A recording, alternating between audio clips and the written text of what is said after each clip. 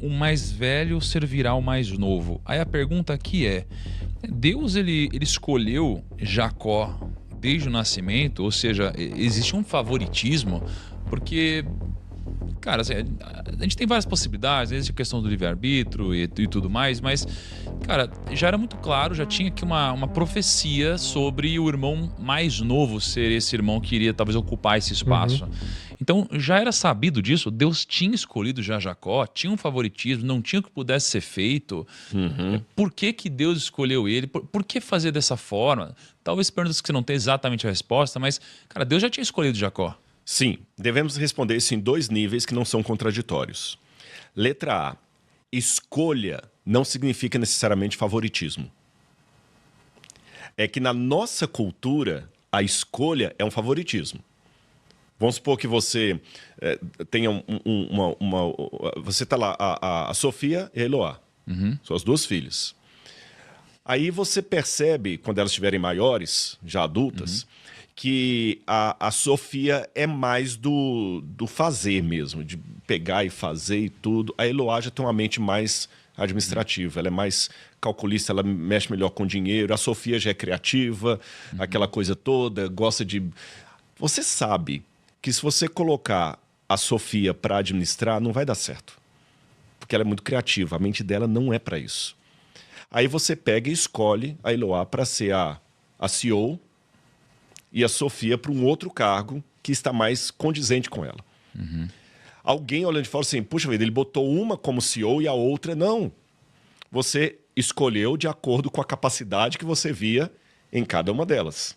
Mas e no caso que eles não estão formados, que Deus Mas é a formou onisciência eles? de Deus. É isso que eu ia levantar esse ponto. É o Mas segundo Deus elemento que eu ia decidiu colocar fazer aqui. assim. Mas é o segundo elemento. É o segundo elemento. Mas eu imagino como ele é, que nem o Rodrigo falou, onisciente, e ele vê tudo, talvez ele já tinha visto como eles seriam, a personalidade das pessoas e até as possibilidades. É tipo Então, assim... mas aí Deus vê como eles seriam ou Deus decidiu como eles seriam? Porque...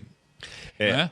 Se você for para a linha Pensando calvinista... no livre-arbítrio, eu acho que ele viu as possibilidades. Exatamente. Vamos supor, ele viu duas linhas do tempo. É uma possibilidade. Pô, se esse dominar, o mundo vai ser assim, e se esse dominar, o mundo vai ser assim.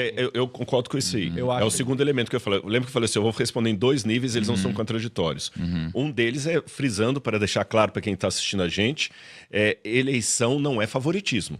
Pelo contrário, deixa-me enfatizar isso antes de entrar no segundo ponto que o Kaique colocou, que é exatamente o que ele pôs. Quando eu sou escolhido para uma função, eu estou ali para servir. Se você coloca a Eloá para ser a CEO de uma empresa, aquela escolha impõe a ela a responsabilidade de não deixar que o negócio falir. Se você tiver lá 2.000 funcionários na tutela dela, se ela pisar na bola, são 2.000 pessoas que vão perder o emprego. São vários credores que não vão receber, que vão ter problema. Então, não é um favoritismo, é a imposição de uma responsabilidade. Você sabe, se você fizer besteira aqui, quanta gente vai ser prejudicada. Sim. Então, esse é um ponto. E o segundo ponto que o Kaique colocou. A diferença entre mim ou vocês e Deus é que essas escolhas que nós fazemos, além de passíveis de erro, porque nós somos humanos, elas são feitas a posteriori. Depois que a Sofia e a Eloá crescem, que você percebe os pontos fracos e fortes delas, você toma uma decisão. Deus pode, como conhece o fim desde o princípio, ele toma a decisão lá atrás. Porque eu penso muito, sei lá, se a gente tivesse uma TVzinha aqui, que a gente pudesse ver o futuro daqui 4 anos... tipo assim, é a realidade se o presidente A for eleito, B, C e D. Se a gente ver na telinha, 4 anos depois, e não escolher, tipo assim, qual é o melhor futuro, aí é doideira, né? A gente Exatamente. tá fazendo... Então, até agora a gente tem um casal, não é? A gente tinha aqui Isaac e Rebeca. E eles tiveram 2 filhos, Esaú e Jacó, né? O pai era mais chegado no mais velho, o Isaac era mais chegado no Esaú, e a Rebeca era mais chegada no mais novo, que era Jacó. E aí, Jacó nasceu aí segurando no calcanhar dele. E aí, então, a gente continua a história. E a gente tá na parte 2 agora. Um dia... Falei. É que, cara, tem um negócio que eu sempre quis saber, Tá. que é até melhor falar disso antes de você ir pra parte 2, que era... Tem alguma relação da história desses 2 irmãos com a história de Caim e Abel? Será que é um... Porque tem algumas semelhanças ali. Tipo, são 2 irmãos que têm conflitos, tudo bem que o final é diferente. Mas, de alguma forma, é a Bíblia reconstruindo e tentando corrigir um erro do passado? Não, eu acho que é a Bíblia mostrando como é que, infelizmente, devido ao pecado, alguns padrões de distorção emocional / espiritual começam a ficar frequentes na humanidade. É porque é bem semelhante o começo. A briga, as diferenças. Por exemplo, se você for pegar casais, você vai ver vários conflitos parecidos entre casais. Exatamente. Né? Pode ser. Talvez Exatamente. irmão também, né? E traços de personalidade, tanto é que você pega, por exemplo, se você pegar a mente de um psicopata, os seres humanos não são feitos igual carro em série. Nós temos nossa individualidade, mas existem alguns elementos parecidos. Então, pega a mente de um psicopata.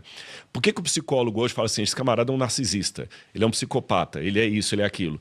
Porque ele está demonstrando traços comuns a outros. Entendi. Você entendeu? E traços de caráter, para o bem ou para o mal, se repetem. Entendi. Agora, com certeza tem paralelos, né? Tem Sim. esfriamento, que faz um não valorizar a primogenitura, enfim, tem várias coisas. Mas aí a gente está nesse momento que Esaú, então, ele volta faminto do campo, porque ele era caçador, e aí ele encontra Jacó preparando um ensopado vermelho, e o Jacó propõe uma troca inesperada, que até assim, se a gente olha sobre a bíblica, talvez poética, profunda, a gente até compreende, mas se fosse pegar nos dias de hoje, seria difícil entender o sentido disso. Que fome é essa, né? Que o cara troca o negócio. Mas valioso. Jacó, ele propõe uma troca, né, onde ele troca comida, que é o ensopado, pelo direito de primogenitura. E aí Esaú aceita. E aí diz assim, em Gênesis 25:33, vendeu, pois, seu direito de filho mais velho a Jacó.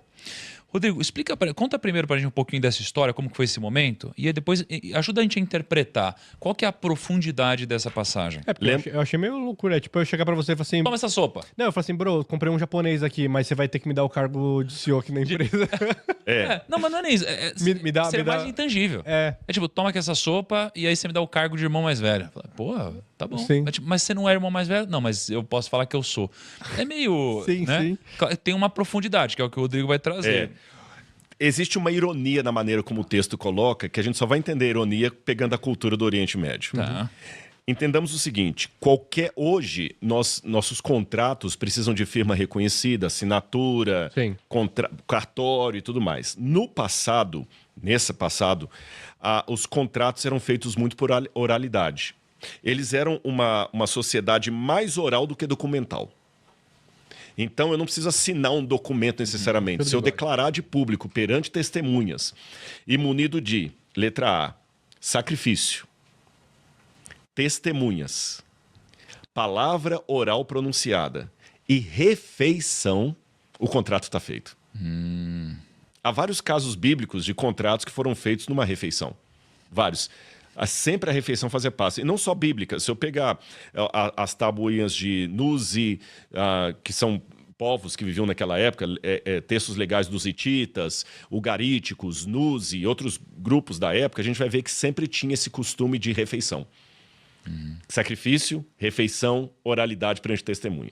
Por exemplo, um dos casos interessante, que até a gente contou aqui na época de Abraão, no Código Hitita, se eu fosse fazer um acordo com você de empresa, traria um animal, sacrificaria o animal, cortaria o animal no meio, aí eu vinha de um lado segurando uma tocha e você vinha do outro segurando uma tocha. Quando a gente passasse no meio, uma carcaça do animal para um lado, outra para o outro. Aí a gente jurava que assim como esse animal foi cortado, assim eu também seja esquartejado se eu não cumprir minha parte. Você também. Atravessa e depois nós fazemos uma refeição juntos. Isso fazia parte. Tanto é que a palavra acordo em hebraico é vrit. Vrit significa justamente cortar. E tem a expressão hebraica, cortar um acordo. Você entendeu? Então, não é simplesmente a questão assim, tá, me dá esse hambúrguer aí que eu te dou o CEO da empresa. Com certeza, o fato dele pedir a refeição tem mais coisas que o texto enxugou aqui. Entendi. Houve uma negociação, houve uma formalidade. Tá certo? Lendo rapidamente o texto, parece que só realmente eu tô com fome, me dá alguma coisa pra comer. O que você quer? Me dá o CEO da empresa? Tá bom, não faz nem sentido essa história. Mas quando você olha no Oriente Médio, peraí. E o modo como o texto coloca é muito irônico. Eu não sei qual a tradução que vocês estão aí, eu tô com a Nova Almeida atualizada. Na minha tradução diz assim, eu vou ler como está na tradução e como está no hebraico. Gênesis 25:29 diz assim: Jacó tinha feito um ensopado quando Esaú, exausto, veio do campo. Ele lhe disse, por favor, me dê de comer um pouco da coisa vermelha. Essa coisa vermelha aí. É interessante que no hebraico tem um trocadilho, que a palavra para ensopado no hebraico, na verdade, é ensopado de ervilhas. Ensopado de ervilhas. Aí você tem a palavra adashim, que é ervilhas. Adashim, ervilha vermelha. É um tipo de ervilha que fica vermelha, adashim. A palavra para vermelho é adom. Adom, vermelho. Então, ele estava tanto desprezando que ao invés de ele pedir assim, me dá um pouco desse ensopado de ervilhas, ele pergunta em hebraico assim, me dá um adom hatzeh, adom hatzeh, de uma maneira, me dá qualquer coisa. Eu nem chamei a comida pelo nome dela. É como se você tivesse lá, sei lá, com estrogonofe, qualquer coisa, e eu falar, me dá um pouco desse negócio aí. Essa forma irônica de escrever o texto, daí a palavra Edom aplicada ao povo dele, Edom, né, pediu coisa vermelha, significa que ele não estava nem aí para a primogenitura. Nessas entrelinhas aqui, eu posso ler, sem forçar o texto bíblico, o seguinte quadro. O Isaac tentando treinar o filho para ser o CEO da empresa, e ele sempre não está nem para nada. Não está nem para nada. Era o que eu ia perguntar. Ele não tinha... será que ele não estava afim de assumir a responsabilidade? Exatamente. Não é que não tinha aptidão. Não tinha interesse. Você tá entendendo? Só ficava vagal e tudo. Como sabe tem quando muitos você alienados. tem um filho, você tá treinando ele para ele assumir o seu lugar e o moleque não quer. Ele tá cagando. Exatamente. Ele só quer ser herdeiro, ponto. Não o substituto do legado do meu pai, só quer ser herdeiro. Então, nessa situação, o outro irmão falou assim, peraí, você tá desprezando a herança da nossa família, você vai jogar tudo fora. Eu vou querer cuidar das empresas. Eu tô vendo, meu pai prefere você, mas eu estou vendo que você vai afundar a nossa empresa e a nossa família vai ficar com fome no futuro por sua culpa. Então, Jacó, no início, ele tinha um desejo legítimo de ter a primogenitura por duas razões. Primeiro, porque havia uma profecia de Deus de que o mais velho servirá ao mais moço. Será que ele sabia? Eu acho que a Raquel deve ter... Por ela Rebeca ser deve ter contado pra ele. chegadinha nele, A Rebeca. talvez ela tenha falado. Deve ter pra falado, ele, né? deve ter falado. Essa é uma razão. Será que talvez a vontade dele até de assumir isso é porque a mãe dele falou isso para ele? Com certeza. E ele falou assim, caramba, então eu já tenho um destino, eu já tenho um objetivo, vou cumpri-lo. A Bíblia louco, não né? diz isso explicitamente, mas a possibilidade é altíssima. E além disso, Essa reflexão sobre profecia, assim, é uma reflexão interessante, né? Porque às vezes você fica pensando, cara, será que isso aconteceu porque já estava profetizado?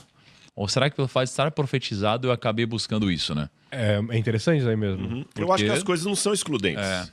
Uma coisa acaba puxando a outra, tanto no sentido positivo como negativo. Quantas pessoas hoje que estão talvez nos assistindo que não conseguem ir para lado nenhum, porque ele ouviu a vida toda que ele é um loser. Sabe, muitas pessoas têm que se libertar do papel que o outro escreveu para ele. Mas havia um desejo legítimo também. Sim. O fato de Jacó querer a primogenitura era para salvar o clã. Porque ele sabia que na mão do Esaú, quando o Isaac morresse, ia acabar tudo. E tinha famílias no clã ali. Sim. Então, desejo legítimo. Até aqui tudo bem.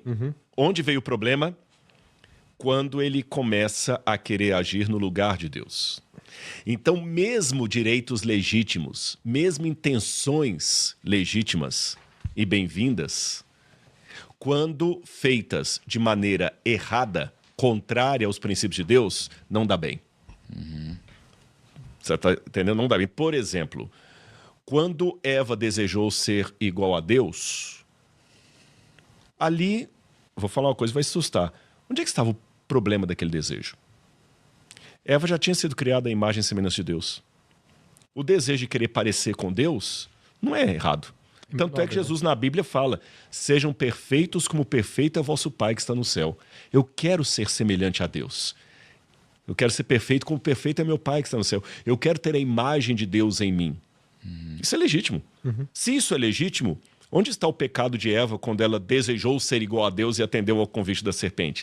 É que o diabo tem a característica de deturpar intenções nobres através de caminhos escusos. É aquele negócio, Rodrigo, eu vou te dar a presidência dessa empresa. Ótimo, Senhor. Mas é pelas vias corretas. Não é puxando o tapete de ninguém.